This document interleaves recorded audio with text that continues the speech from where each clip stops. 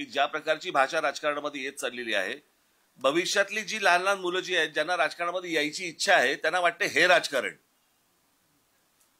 ही भाषा म्हणजे राजकारण. आणि आता काय झालंय की ह्या सगळ्याच्यात हे सगळे चॅनलवाले यांनी खरं तर ह्याचं म्हणजे महाराष्ट्राचं अधपतन होण्याचं सगळ्यात मोठं जर काही श्रेय कोणाला जात असेल तर ह्या लोकांना जातं. कारण जे लोक वाटेल ते बोलतात ते हे लोक दाखवतात.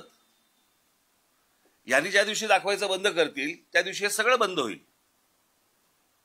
पण मला असं वाटतं की या राजकारण्यांना कुठेतरी एक चार खडे बोल सुनावण्याचं काम साहित्यिकांनी भविष्यामध्ये करावं.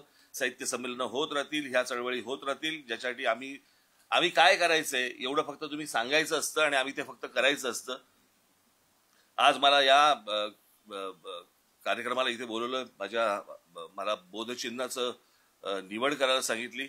मी बाकीची जी बोधचिन्ह ज्यांची आली होती त्यांची मी दिलगिरी व्यक्त करतो, त्यांना वाईट वाटू नये, कारण ती खूप होती हो.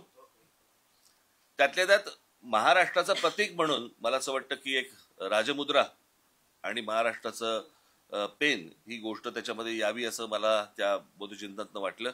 आणि ते बोधचिन्ह आज आपल्यासमोर इथे सर्वांच्या साक्षीने प्रकाशित झालं. मी संजय नहार यांना खास करून मी त्यांना धन्यवाद देईन. त्यांचं माझ्या वडिलांवरती प्रचंड प्रेम आणि बहुधा त्याच्यामुळे माझ्यावर असेल. पण संजय, आपण एखाद्या गोष्टीची चळवळ उभी राहते, ती चळवळ नुसतीच उभी राहत नाही, माणूस चळवळायला लागतो.